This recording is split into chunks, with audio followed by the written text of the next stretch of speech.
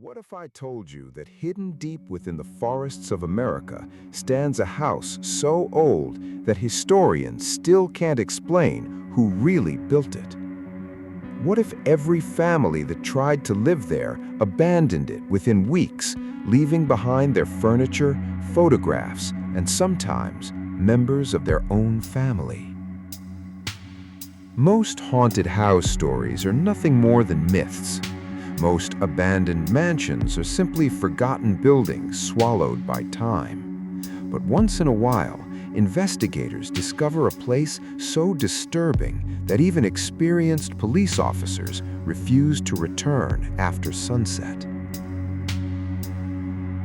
The story you're about to hear is inspired by forgotten American properties, historical records, unexplained disappearances, and eyewitness testimonies collected over decades. Whether every detail is true is something only the house itself knows.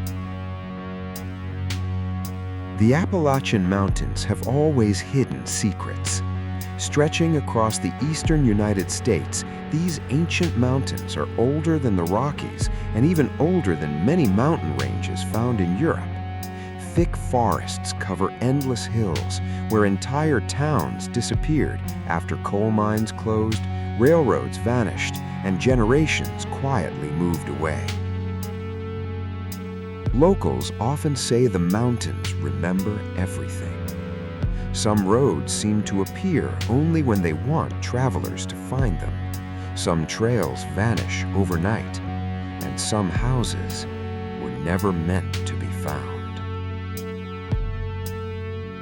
In October of 2021, freelance documentary filmmaker Ethan Carter was searching rural Kentucky for forgotten Victorian homes that could become the subject of his next historical documentary. 36 years old, Ethan had spent over a decade exploring abandoned hospitals, schools, prisons, churches, and ghost towns across America. He didn't believe in ghosts, he believed in history. Every mystery had an explanation. Every legend started with misunderstanding. At least, that was what he believed before discovering Black Briar House. The first person to mention the house wasn't an old man telling ghost stories, it was a county tax clerk. While searching public records for abandoned properties, Ethan noticed one address that seemed strangely incomplete. Ownership records stopped in 1938. Property taxes hadn't been paid in decades, yet nobody had legally claimed the land. According to official county files, the house technically didn't belong to anyone. "That's impossible," Ethan laughed. The clerk didn't laugh back. Instead, she quietly whispered, "If you find it, don't stay after dark." Ethan smiled politely. He had heard similar warnings hundreds of times. Every haunted location came with dramatic local legends. They attracted tourists. Nothing more. Using faded county maps, satellite images, and handwritten survey notes from the early 1900s, Ethan located what appeared to be an overgrown access road nearly 15 miles from the nearest paved highway. His drone couldn't see the property because enormous oak trees completely covered the area. Even from above, the forest seemed unusually dense. The drive itself took almost 2 hours through winding gravel roads where cell phone reception disappeared completely. Eventually, the road became too narrow for his truck. He continued on foot, carrying 2 cameras, a drone, extra batteries, camping supplies, food, and emergency equipment.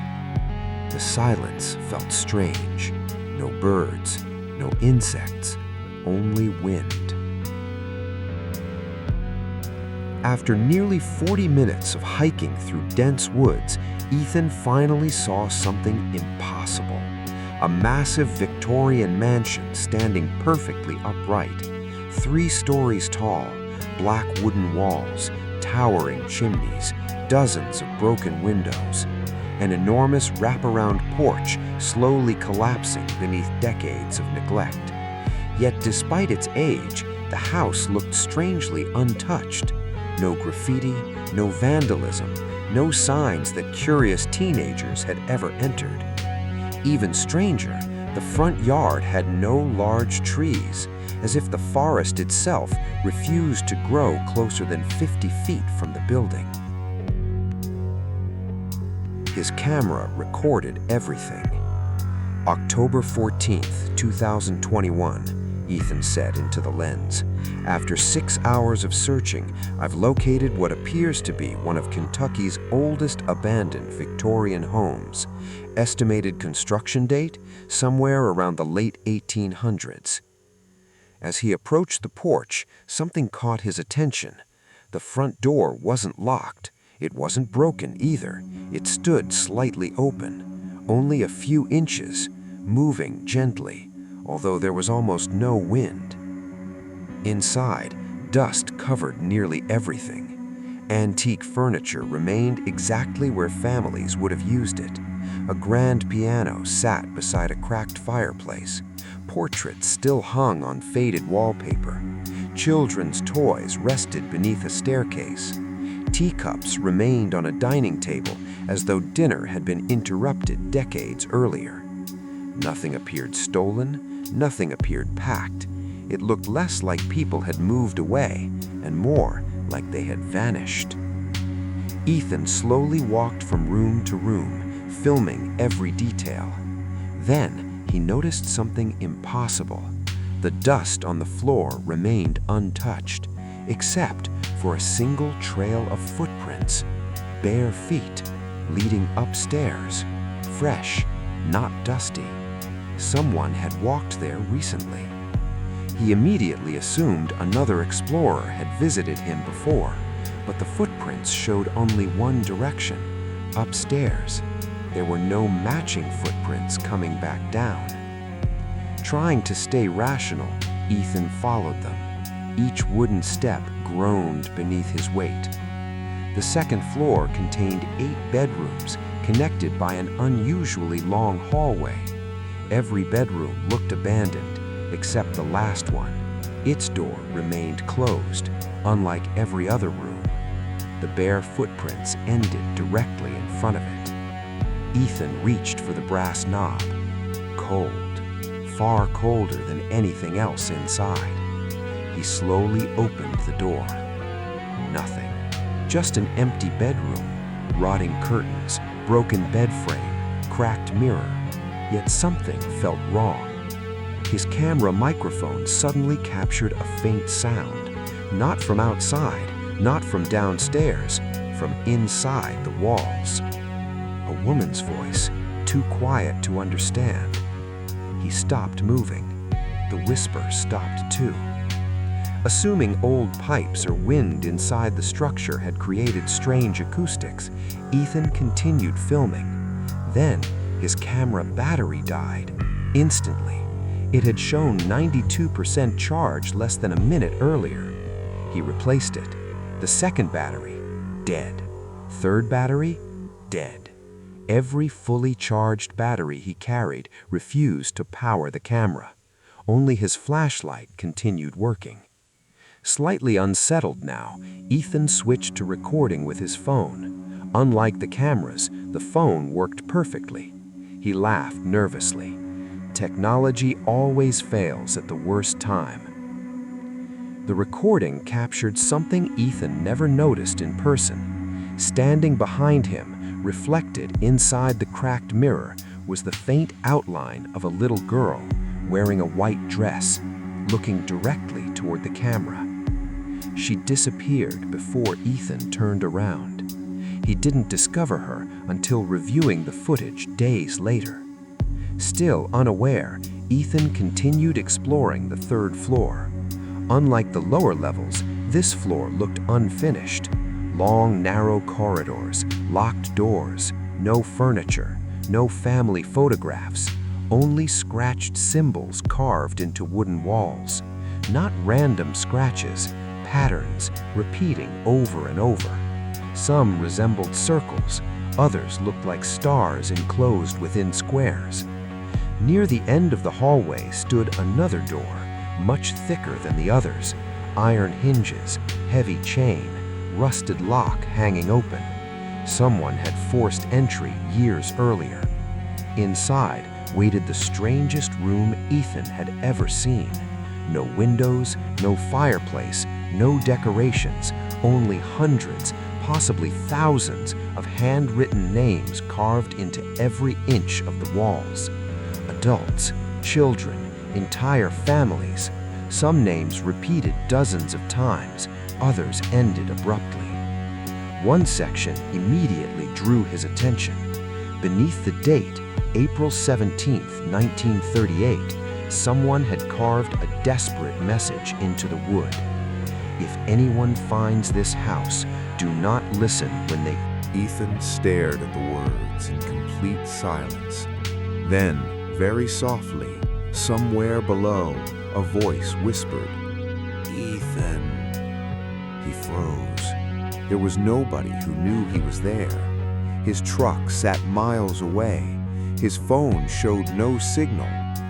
Again, slightly louder, "Ethan." This time it sounded exactly like his mother. She had died of cancer 6 years earlier. His entire body turned cold. For the first time in his career, Ethan wasn't trying to solve a mystery anymore. He was trying to convince himself not to run.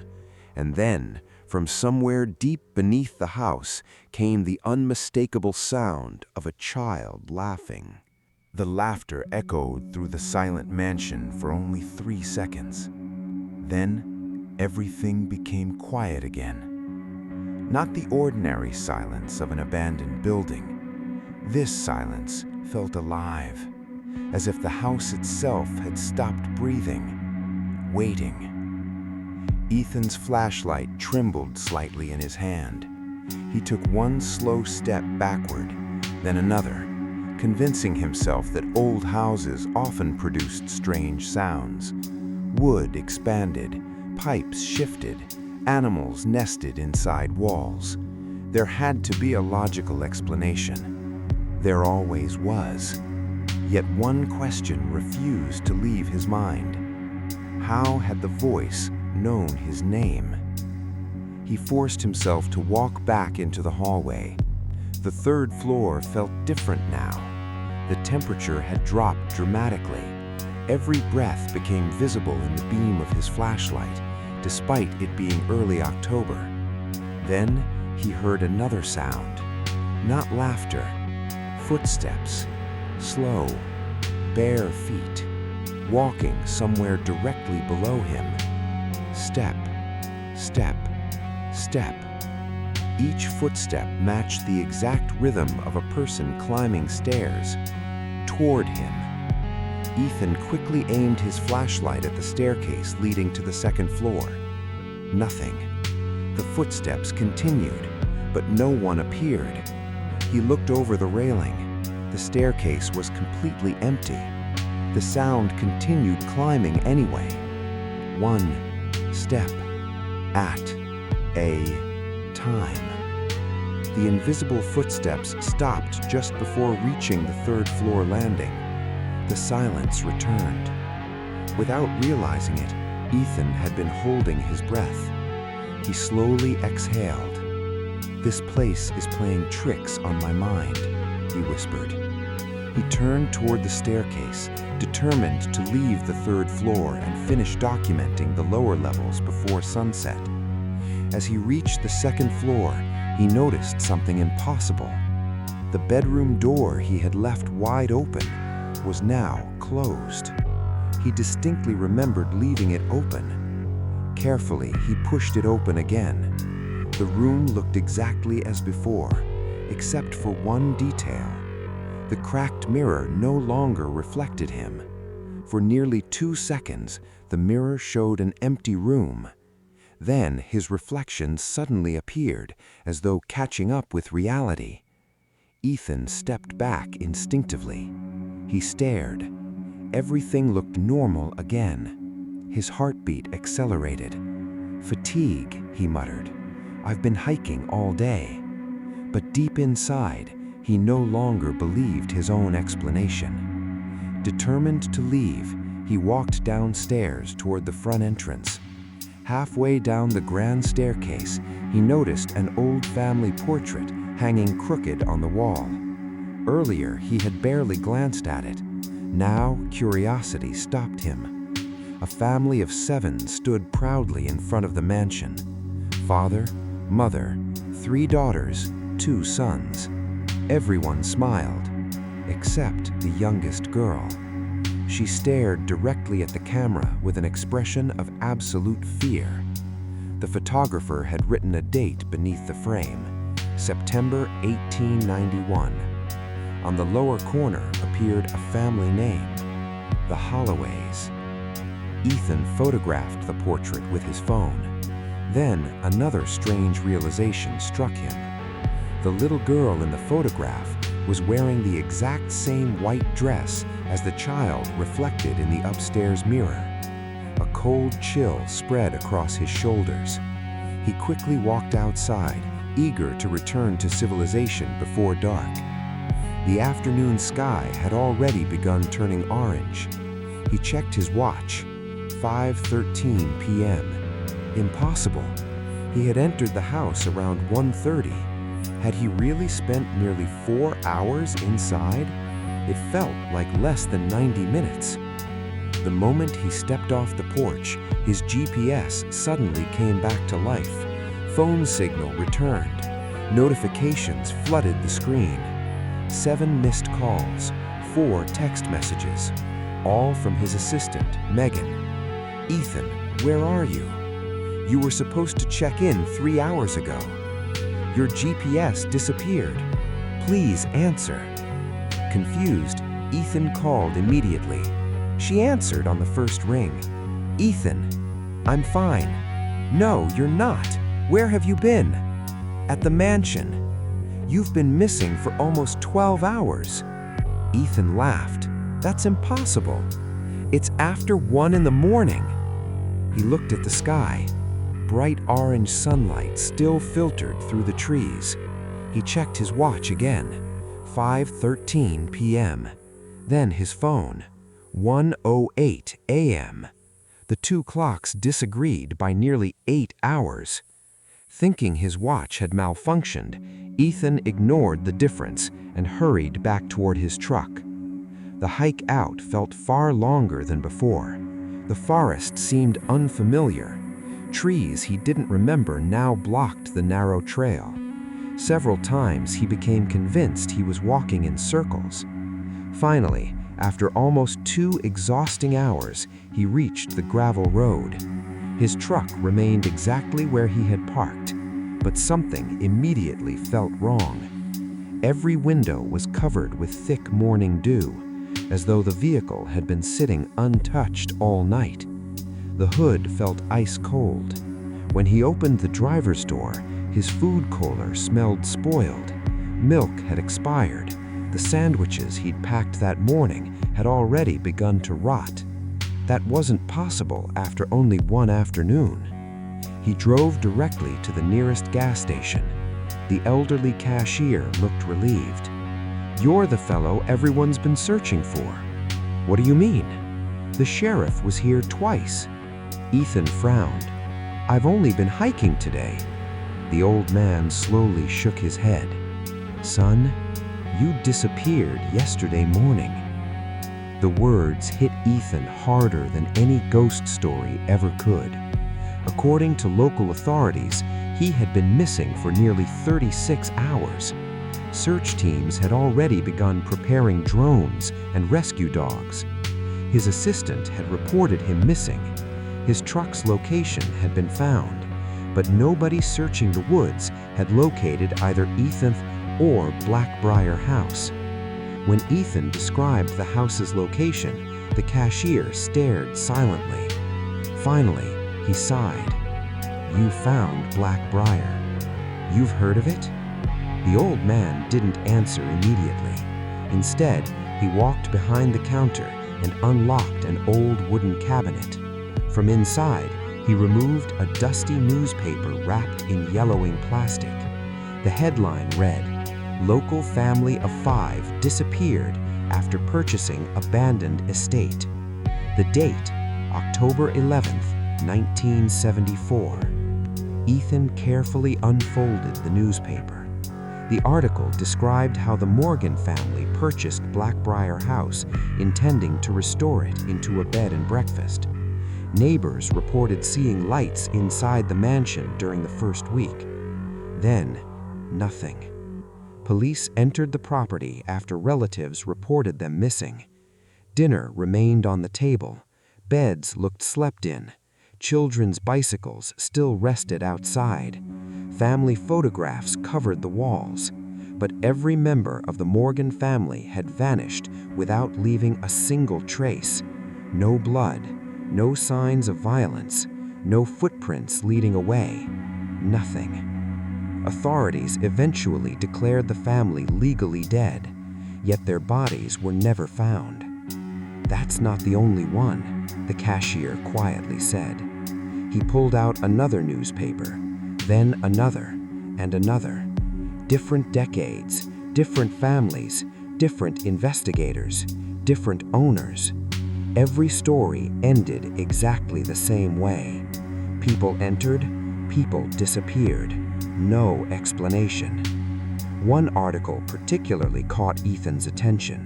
Published in 1938, it described a local deputy sheriff named Harold Pierce. He had entered Black Briar House after reports of strange lights. His deputy partner waited outside. At exactly 7:48 p.m., Harold shouted, "Don't let them say your name." Then came a gunshot. The partner rushed inside. Harold was gone. His revolver remained on the floor, still warm. One spent bullet, no blood, no body, no exit. The case remained officially unsolved. Ethan felt every hair on his arms stand upright. He suddenly remembered the warning carved on the third-floor wall. "Mark my words, if anyone finds this house, do not listen when they call your name." The date beneath that warning, April 17th, 1938, exactly 6 months before Deputy Harold Pierce disappeared. It couldn't be a coincidence. Unless whoever carved that warning never escaped the house. The old cashier leaned closer. "My grandfather helped search those woods." "What did he find?" The man's weathered face turned pale.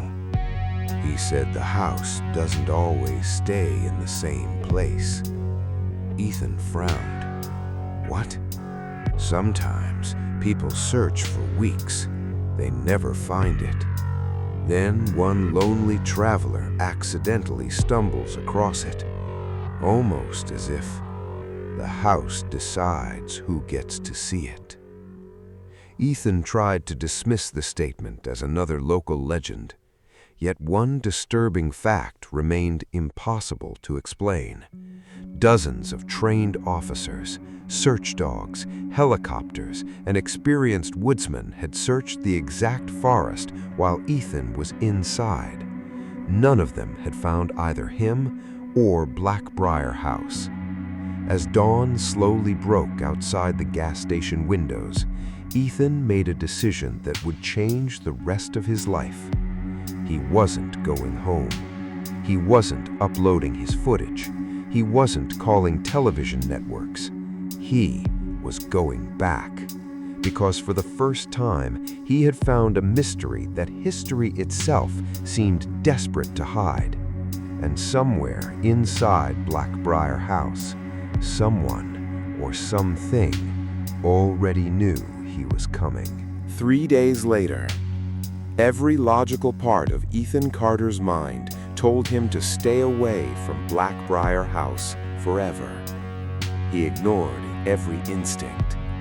Instead of publishing his footage online, he locked every memory card inside a fireproof safe and began researching the mansion's history. The deeper he searched, the stranger the story became. County records listed the mansion as being completed in 1889. Church documents claimed construction started in 1886. A newspaper printed in 1890 insisted the house had already been standing for nearly 20 years. 3 official records, 3 different timelines. None of them agreed. It was as if history itself had been rewritten. Determined to uncover the truth, Ethan traveled to Lexington, Kentucky, where thousands of old county archives had been preserved inside a historical library. For nearly 10 hours, he searched through handwritten land deeds, census reports, church registries, railroad maps, and forgotten court documents. Finally, he found the oldest reference to the property. It wasn't a house, it was a warning. Dated May 48, a group of surveyors hired by the state had refused to continue mapping the region. Their report contained only one sentence: the northern hill should remain untouched. Local tribes refused to approach it at sunset. There was no explanation, no details, just that single warning. The hill mentioned in the report was the exact location where Black Briar House would later be built. Curious, Ethan searched for Native American records connected to the area. Most had been lost. Others had burned in courthouse fires decades earlier, but one translated journal survived. According to an interpreter working alongside tribal elders in the mid-1800s, there had once been stories about a place called the house that wasn't built by time. The description made little sense. There was no mention of ghosts, no monsters.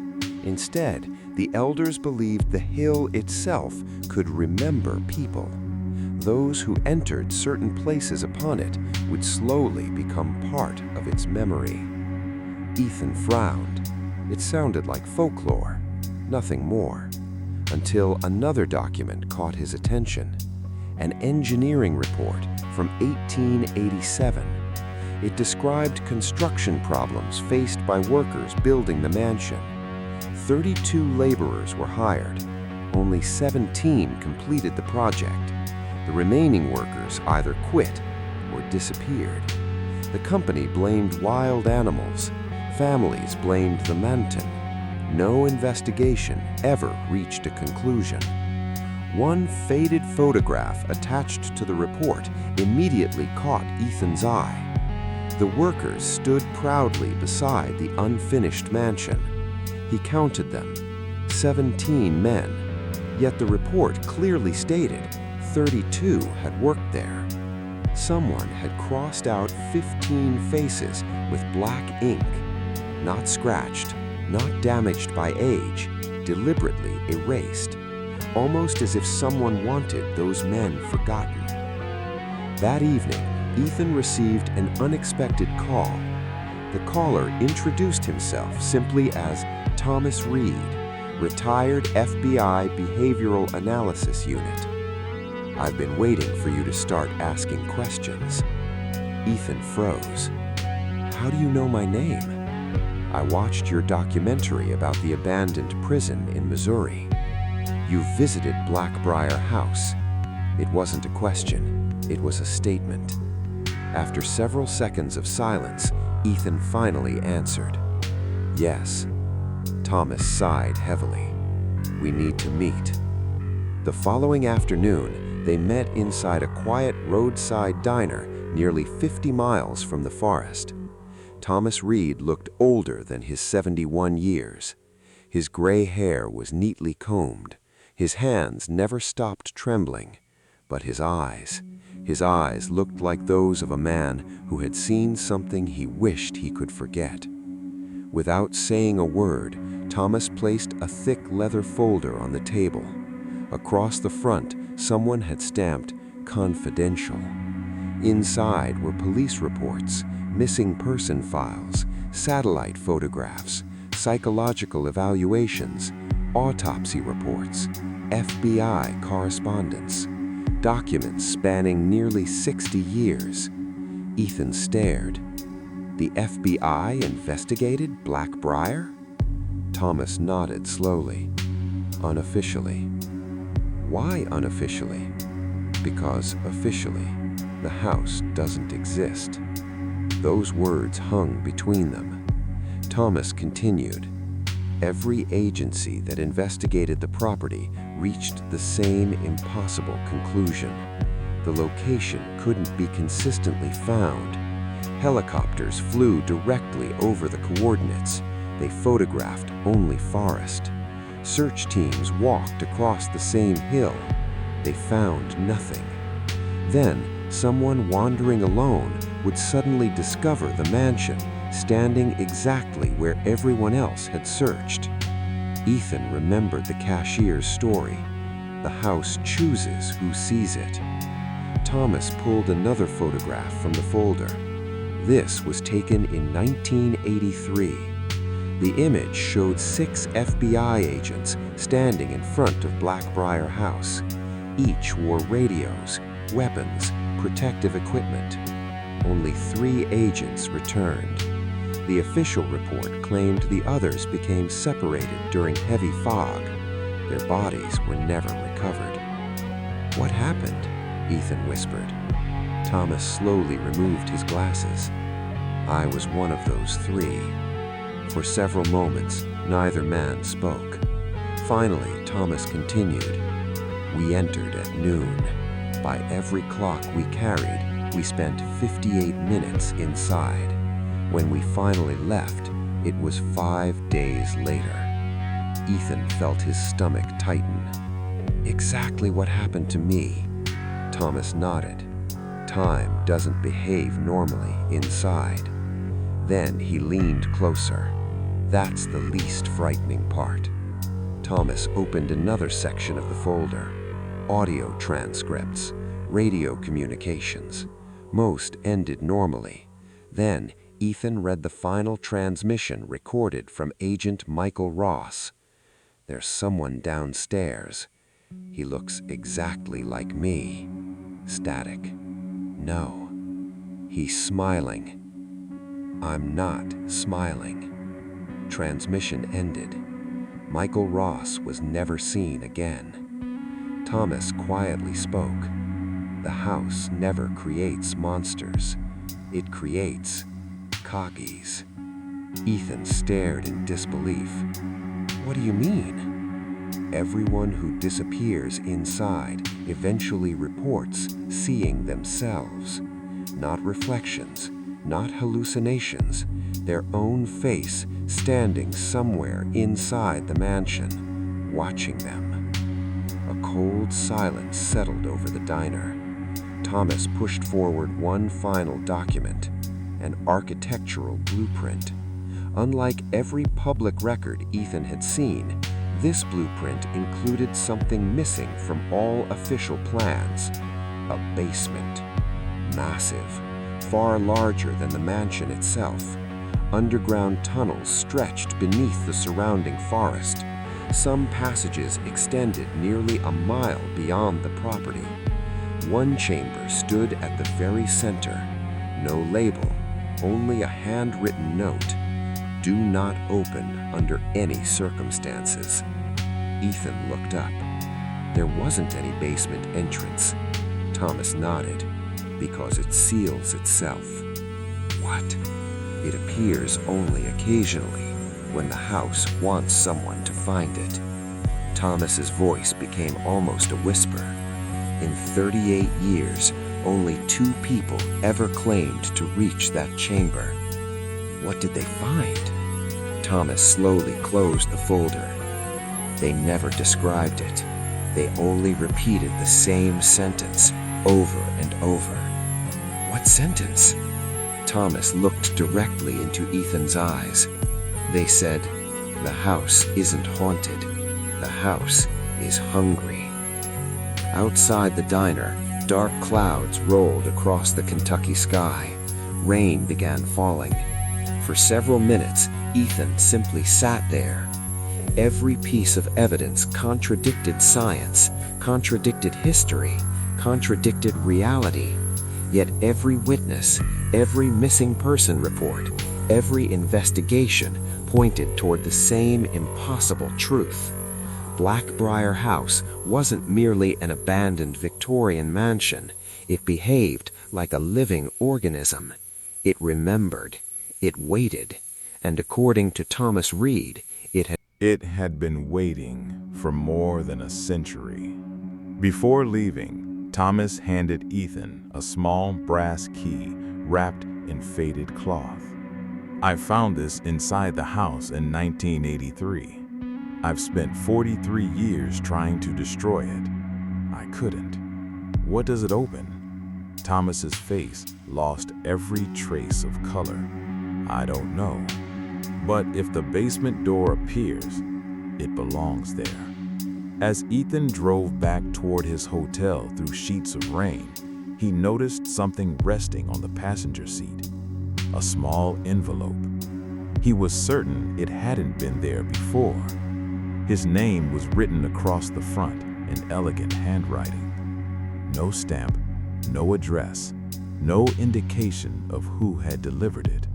His hands shook as he opened it. Inside rested a single yellowed photograph. It showed Black Briar House exactly as it had looked in 1891.